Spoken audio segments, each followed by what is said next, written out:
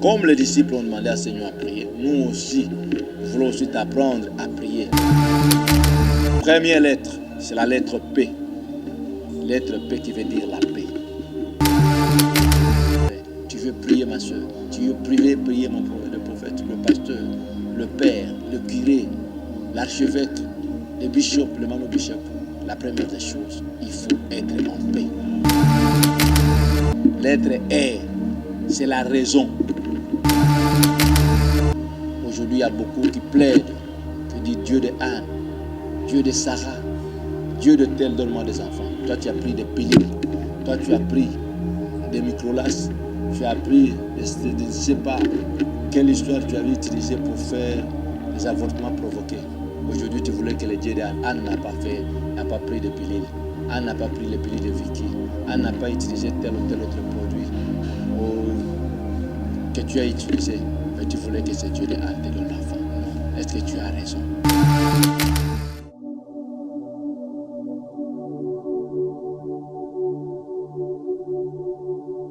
Soyez bénis, peuple de Dieu. Nous sommes dans notre chaîne Jésus-Christ, notre victoire télévision. Que le Seigneur Jésus-Christ vous bénisse abondamment. Vous qui nous suivez de toutes parts, selon la parole de Dieu, la Psaume 68, le verset 21. La Bible nous dit que ce Dieu est pour nous le Dieu de victoire. Et sa parole nous dit, 1 Jean 5, le verset 4, que tout ce qui est né de Dieu, parce que nous sommes nés de Dieu, triomphe le monde. Et cette victoire qui triomphe le monde, c'est notre foi.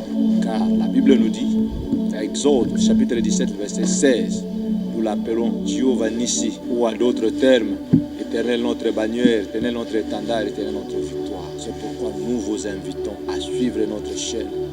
Tu ne seras pas confus. La victoire serait votre partage. Car nous sommes dans la parole de Dieu. Il nous dit, dans Psaume 144, verset 1, la Bible déclare, soyez le bienvenu, peuple de Dieu, dans notre télévision Jésus-Christ, notre victoire. Comme nous l'avons dit dès le début, notre chaîne de télévision Jésus-Christ la victoire. Jésus-Christ notre victoire, selon Psaume 68, le verset 21, que c'est Dieu pour nous le Dieu de victoire. Nous avons des enseignements, nous avons des prédications, nous avons des exhortations, nous avons des messages prophétiques, nous avons des journées de louange et d'adoration, et nous pouvons aussi avoir des journées de prières intenses, comme nous l'avons toujours fait. Pour aujourd'hui, nous avons une petite exhortation que nous voulons parler sur la prière, selon l'inspiration que nous avons acquise.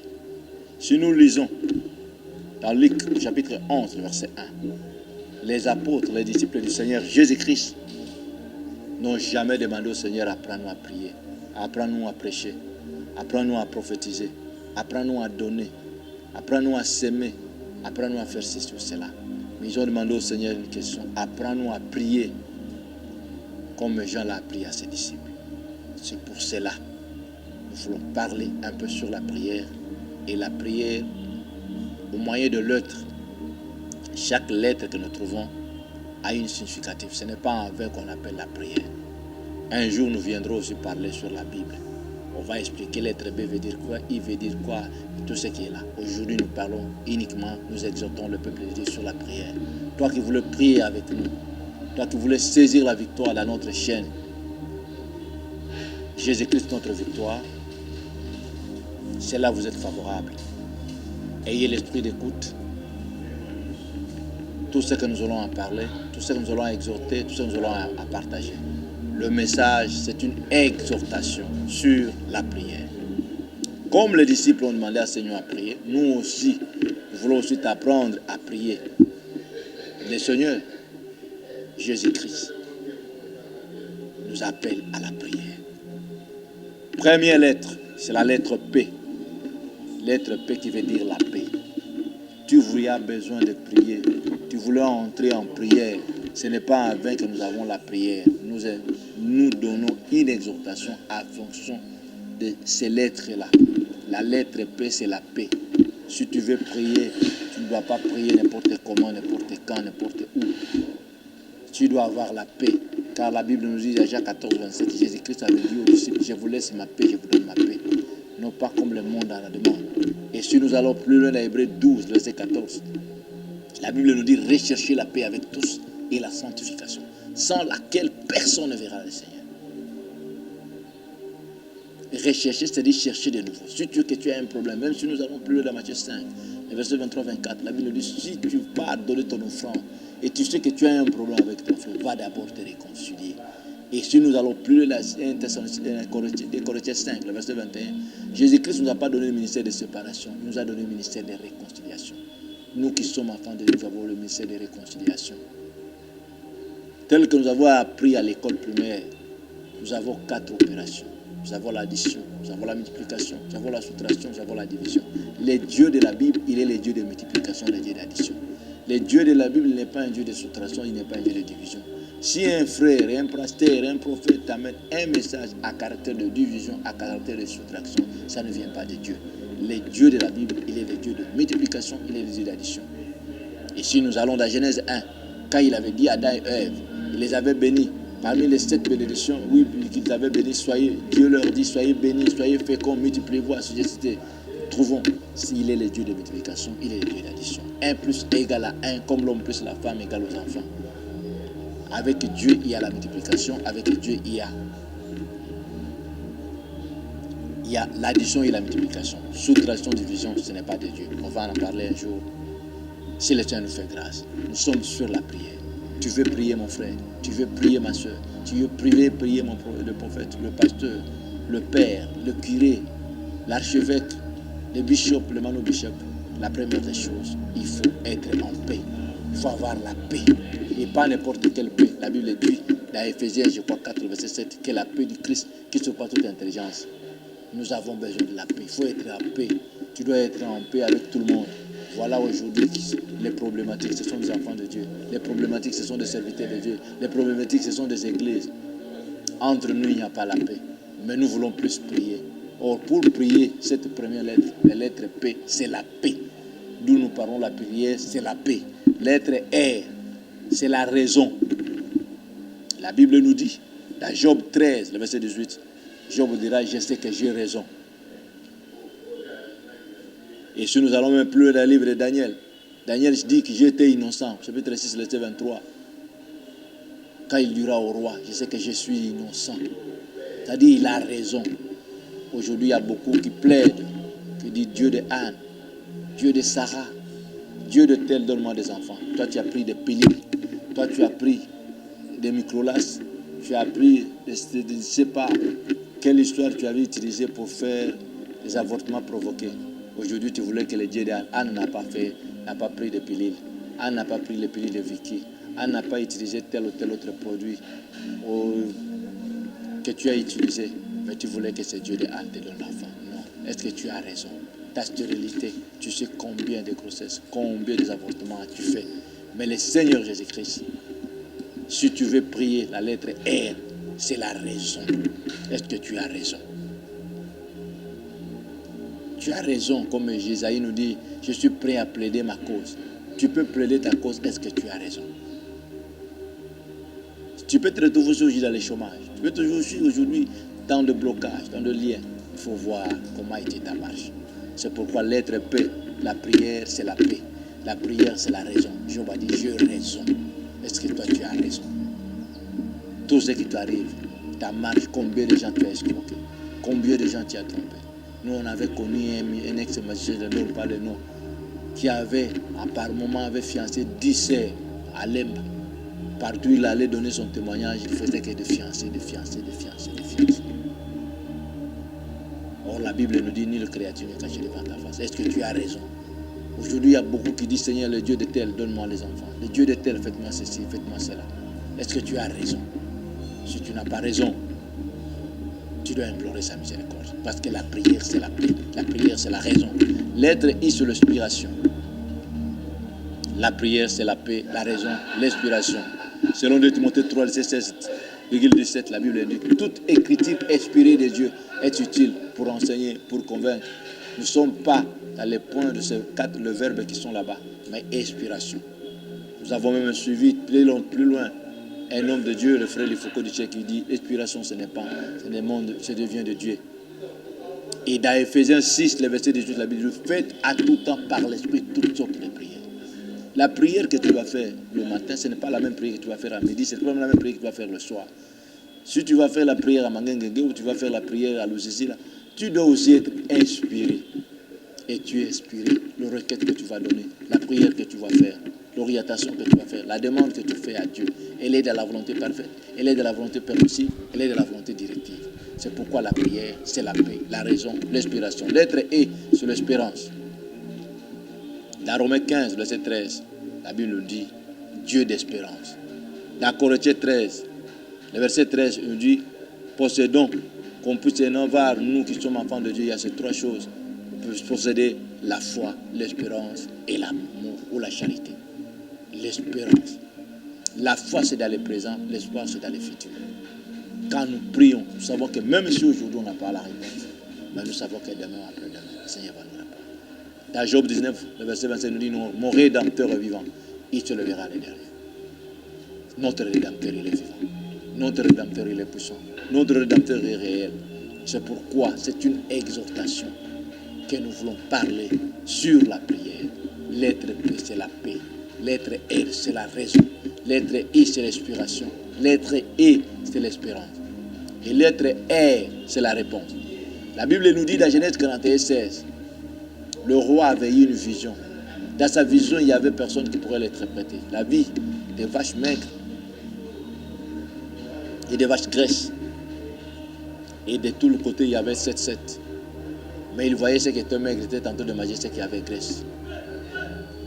Mais il a vu la vision, il n'avait personne qui pourrait l'interpréter.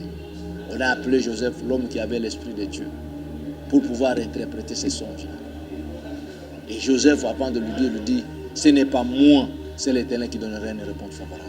Aujourd'hui, les gens, le peuple de Dieu, les enfants de Dieu, ont plus besoin de la réponse qui vient de la bouche du pasteur, la réponse qui vient de la bouche du prophète, la réponse qui vient de la bouche de son mentor, la réponse qui vient de la bouche de l'apôtre. Cherche mon frère, cherche ma chère, la réponse qui vient de la bouche de Dieu. Car la Bible nous dit, la Genèse 41, 16, c'est l'Éternel qui donnera une réponse favorable. Tu as besoin de la réponse d'un prophète, tu as besoin de la réponse d'un pasteur, comme moi qui te prêche, ou bien tu as besoin de la réponse de Dieu. Joseph avait dit, c'est l'Éternel qui donnera une réponse favorable. Il avait expliqué, voilà, il y aura 7 ans d'abondance, 7 ans de sécheresse. Et pendant 7 ans d'abondance, nous devons faire des dépôts, des entrepôts. C'est comme aujourd'hui, nous avons des banques, nous avons des comptes, comme nous ici. On a des banques, on a des M-Pesa, on a des Tigo Cash, comme au Congo, par exemple. En Europe, on a des banques que tu peux garder petit à petit ce que tu as. Le jour où tu as la sécheresse, le jour où tu n'as plus rien, cet argent-là pourrait t'aider. Selon l'inspiration et la révélation que Joseph avait donnée à Pharaon. Selon la Bible, nous dit, l'Éternel donnera une réponse favorable. Et la lettre E, c'est l'élévation. Le Seigneur ne peut jamais répondre son fils ou sa fille à la prière, vous restez au même endroit dans un cercle vicieux. Quand le Seigneur répond, il y a une élévation qui s'est faite. Et il nous dit dans Samuel 2, verset 7-8, il tire du fumier indigent pour le faire asseoir avec les grandissements. Et dans Psaume 77, 8, il nous dit, l'élévation ne vient ni de l'Orient ni de l'Orient. Dans Isaïe 52, le verset 13, il dit, mon serviteur, ma servante, prospérera, il montera, il se lèvera et s'élèvera plus. Quand le Seigneur répond à la prière, le peuple de Dieu est élevé. Beaucoup que le Seigneur a répondu au moyen de la prière ont connu des élévations. Et pas n'importe quelle élévation, une élévation insolite. Comme nous avons vu Daniel, le Seigneur l'a élevé. Nous avons vu le cas avec Esther, au temps d'Esther, avec son oncle, Mardoché, qui était garde-porte. Le Seigneur l'a élevé. Il était devenu grand dignitaire.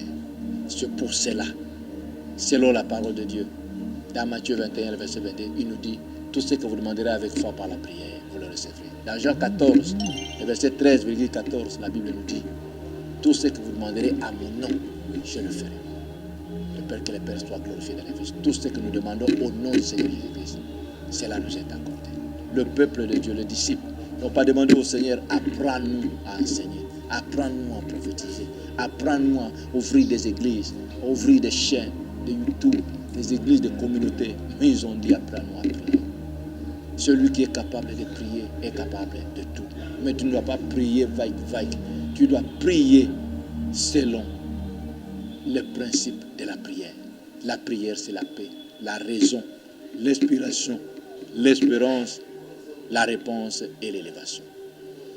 Tu veux prier, tu dois être en paix avec Dieu, avec ton prochain, avec toi-même. Tu ne peux pas aller faire 21 jours. Tu vas fuir la bailleresse, tu vas fuir le bailleur, tu vas fuir des dettes pour aller en retraite. Cette prière, elle est vaine. Parce que tu nous dis, cherchez la paix avec tous. Et la sanctification, ça à laquelle personne ne verra le Seigneur. Job avait dit, j'ai raison. Tu as besoin que le Seigneur fasse quelque chose dans ta vie, tu dois avoir raison. Est-ce que tu as raison dans tout ce qui t'arrive, dans tout ce qui peut arriver dans la vie d'un enfant de Dieu? Nous avons trois parts. Il y a la part de l'homme, il y a la part de Dieu et la part du diable. Quelle est ta part dans tout ce que tu as comme blocage, comme sécheresse et comme freinage? L'être I, c'est l'inspiration. Tu dois toujours être inspiré. Tu viens enseigner, tu veux prêcher, que le Saint-Esprit vous inspire. Il y a des autres qui prêchent de ce monde, qui ramassent des prédications, qui lisent des livres par-ci par-là, pour faire de ça une prédication, un enseignement, une révélation. C'est pas ça. Si tu n'as pas l'inspiration, arrête. Demande au Saint-Esprit de t'aider et de faire quelque chose. Il y a des gens qui sont appropriés des livres des autres serviteurs pour faire de ça les inspirations. Cela est anathème. Ce n'est pas mal. Pour toi-même, pour ton expérience, ça peut bien vous aider. Nous ne sommes pas dans la prédication, nous sommes dans une exhortation. Nous t'exhortons. Toi qui voulais prier avec nous dans notre chaîne, Jésus-Christ, notre victoire. Tu voulais vivre la victoire. Expérimente un peu la prière selon le lettre. Lettre paix, la paix. Quand tu as la paix, prie. La prière, c'est la raison. Quand tu as raison, la chose que tu demandes à Dieu dans la volonté parfaite, la volonté personnelle, la volonté directive, le Seigneur va te l'accorder. L'être I, c'est l'inspiration. Faites en tout cas par l'esprit. Que l'esprit vous révèle, l'esprit vous inspire. Ce qu'il te faudra prier. L'être I, il faut avoir l'espérance. Tu dois espérer que celui à qui je demande, celui à qui tu as mis confiance, il a tout. Il a le monde entier dans sa main. C'est comme la Bible nous dit dans Romains, au 4, le verset 20. Abraham n'avait pas eu de doute parce qu'il savait que le Seigneur peut tout. Il peut tout faire. Au 21, il dit pleinement convaincu que c'est que lui l'a promis. Il a la puissance de l'accomplir. Celui qui nous a fait la promesse, il est fidèle. Lettre R, c'est la réponse. Genèse 46, l'Éternel donnera une réponse favorable. Mon frère, ma soeur, nous avons eu un petit cours de mathématiques en première année. On nous a parlé de l'assemblée du départ, l'assemblée d'arrivée. On nous a parlé de l'antécédent et de l'image. Chaque antécédent a une image et une histoire de l'assemblée d'arrivée, ou chaque image a un antécédent et une histoire de l'assemblée de départ. Cela implique quoi? Tout ce que tu as comme requête, tout ce que tu as comme problème, au devant de notre Seigneur et notre Sauveur Jésus-Christ, il y a la réponse, il y a la solution. Parce que tout a été créé par lui pour lui. Il a tout. Il n'arrive jamais en retard. Il est le secours qu'on nous dit dans Psaume 46, qui ne manque jamais dans la détresse. Dans 1 Samuel 7, nous l'appelons Ebenezer. Il est notre pierre de secours. Mieux vaut aller à l'Éternel. Mieux vaut se réfugier à l'Éternel que de compter sur un homme. À qui veux-tu aller, mon frère, ma sœur? Psaume nous dit, Psaume 118, verset 8, mieux vaut se réfugier à l'Éternel. Ésaïe 2, 22 nous dit, l'homme n'est qu'un souffle, à quoi bon de compter sur lui? Reviens, mon frère, reviens, ma soeur, au Seigneur. Il a la réponse à ton problème. Et quand le Seigneur te répond, c'est l'élévation qui surgit. Et la Bible déclare, l'élévation ne vient ni de l'Orient ni de l'Occident, mais ça vient du Seigneur. Tout ce que vous demandez, sauf rien. Si tu demandes l'avion, si tu demandes quoi que ce soit, si tu le demandes par la foi, le Seigneur va te donner. Tout ce que nous demanderons à son nom, au nom du Seigneur Jésus-Christ, cela nous revient. C'est une petite exhortation sur la prière. Que le Seigneur vous bénisse abondamment. Nous vous invitons massivement à suivre notre chaîne de télévision Jésus-Christ, notre victoire. Tu ne seras pas. La victoire serait votre partage. D'ailleurs, là, à la suivant déjà, tu as déjà ta victoire. Parce que Jésus-Christ est réel. Que le Seigneur vous bénisse abondamment. Soyez bénis. Amen.